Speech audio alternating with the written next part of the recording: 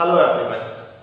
Today we are going to start with the next class of the banking chapter, class number 2. In the last class we have discussed the functions of commercial bank, and today we are going to discuss about the functions of central bank. First of all, central bank is also called as apex bank in the economy, and our central bank is RBI. So, first function of central bank is bank of issue notes. As we have already discussed, this function is also known as currency authority function. It means in our economy, all currency was issued by RBI. As we have already discussed in the last class, all currency issued by the RBI means which type of currency? From rupees 2 not to rupees 2 not onwards, means under economy all notes were issued by the RBI on the basis of minimum reserve system. This function is also known as currency authority function, or it can be also known as bank of issue notes, means all notes except rupee 1 note are issued by the RBI. Second is banker to the government. It means the relation as the commercial bank with the public. Same relation the bank RBI will have with the government.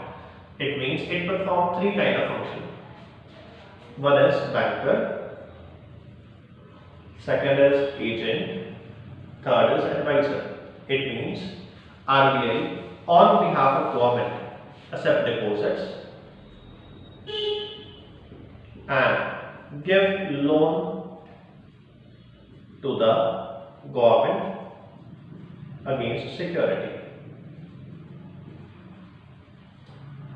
This is known as a banker to the government. RBI performs a function of banker to the government.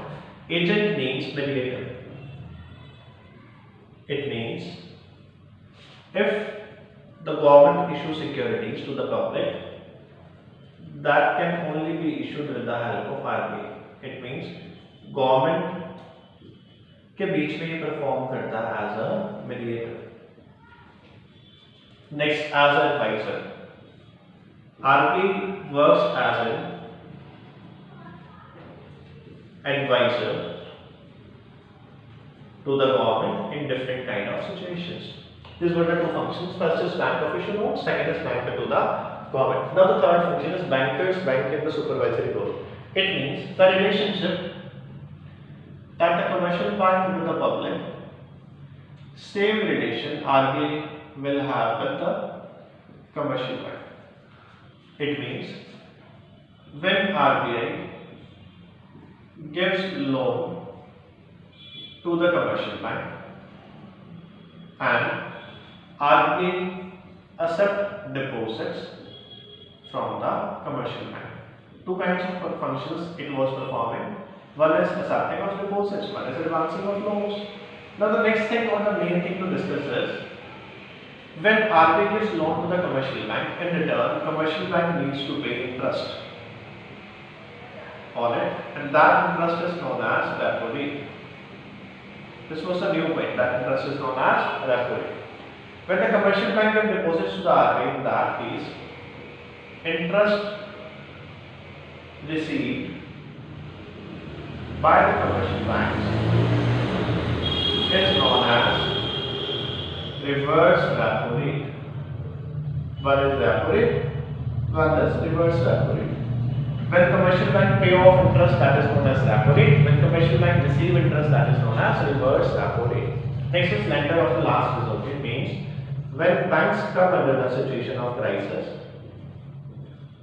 in that situation RBI provides loan to the commercial bank. This function is known as lender of the last resort. Next is custodian of forex reserve. It means all foreign currency in our economy are kept with RBI. Next, most important function. Bank A transaction can be settled with Bank B with the help of RBI, as RBI settled the transaction of Bank B with Bank A. This function is known as clearing house function. Last is control of credit. This we need to discuss in the next class.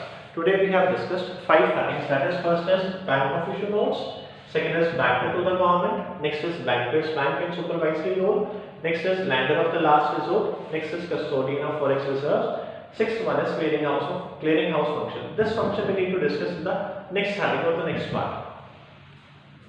Banking class number 3. Today we are going to discuss about measures adopted by the RBI to control credit.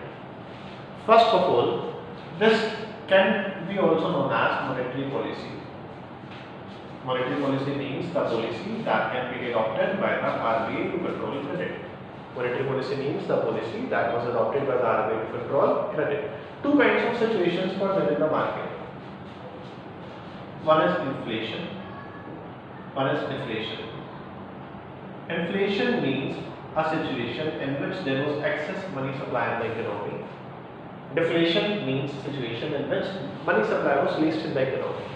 It means if we need to overcome the situation of inflation, we need to reduce the money supply.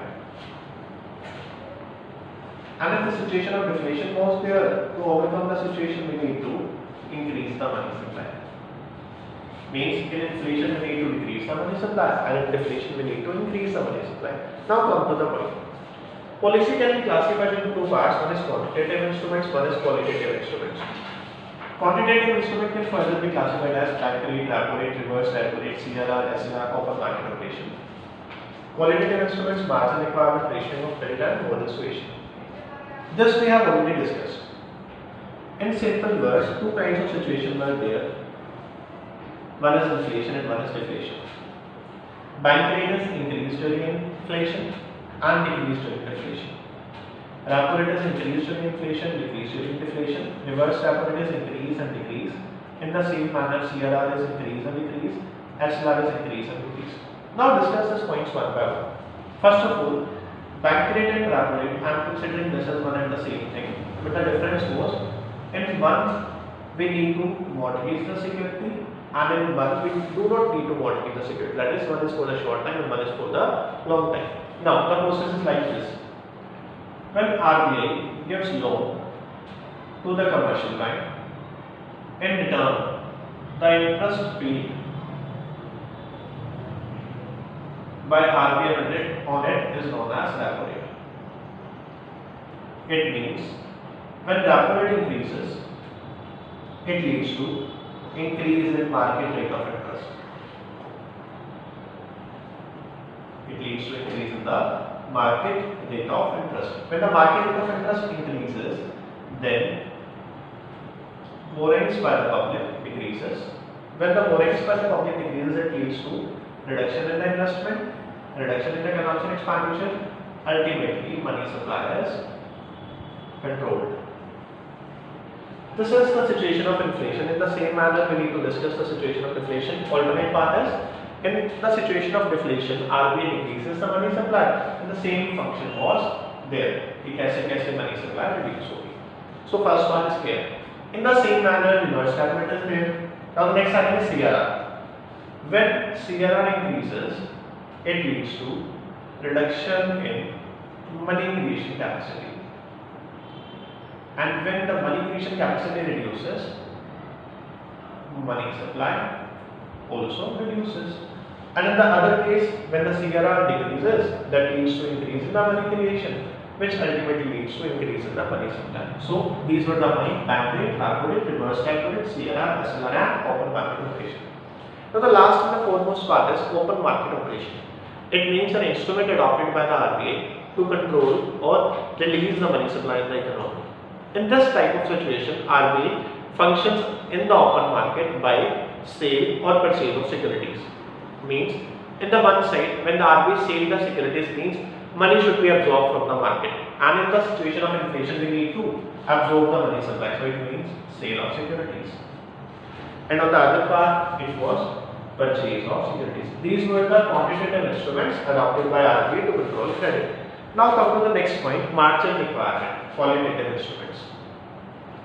Margin requirement means the difference between the value of the property and the long mortgage. It means value of my house is 1 crore.